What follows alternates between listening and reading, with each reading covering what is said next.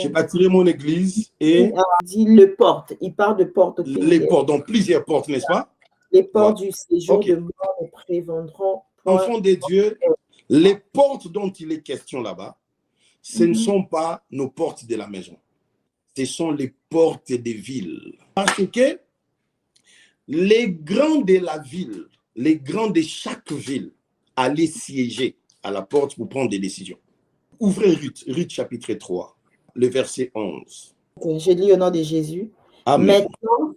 Maintenant, ma fille, ne crains point, je ferai pour toi tout ce que tu diras, car toute la porte de mon peuple sait que tu es une femme vertueuse. Ça, c'est merveilleux. Car toute la porte de mon peuple sait que tu es une femme. C'est-à-dire, Naomi avait déjà parlé de Ruth aux grands de la ville qui siègent à la porte. Voilà pourquoi elle dit, toute la porte de mon peuple, ma fille Ruth, ils savent déjà que tu es une bonne femme, une femme vertueuse. Lisez Ruth 4, 10 à 11.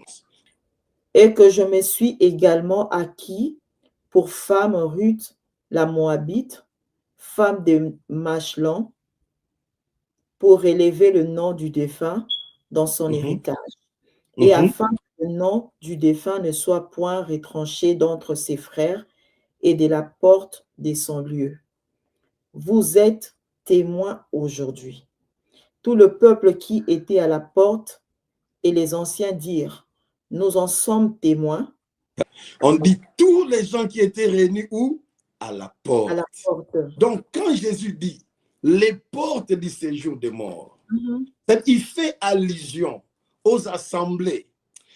Proverbe 31, quand on parle de la femme vertueuse, comme les mamans aiment ces textes-là, on dit qu'à cause de cette femme-là, son mari est respecté à la porte. On peut lire ça. Proverbe 31, 23. Son mari est considéré aux portes, au pluriel, lorsqu'il siège avec les anciens du pays. Voilà. Donc, une femme vertueuse, son mari est considéré à la porte quand il siège avec les grands du pays. Donc, c'était le lieu où les grands siégeaient pour prendre des décisions. Même Job était un membre de la porte. Parce que lui-même, il dit que quand je me rendais à la porte, les jeunes se levaient. Les gens se levaient quand Job se rendait à la porte, au lieu de décisions.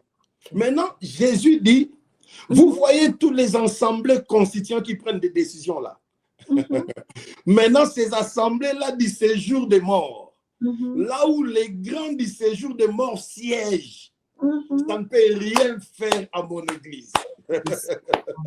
Il dit, ça dit, je vais dire à un chrétien, même les portes de la sorcellerie de ta famille, même les portes de la malédiction de ta famille, c'est là où les sorciers se sont assis. Ils prennent des décisions concernant la fin de cette année. Si tu es membre d'Ecclésia, cela ne prévaut d'autre contre toi au nom de Jésus.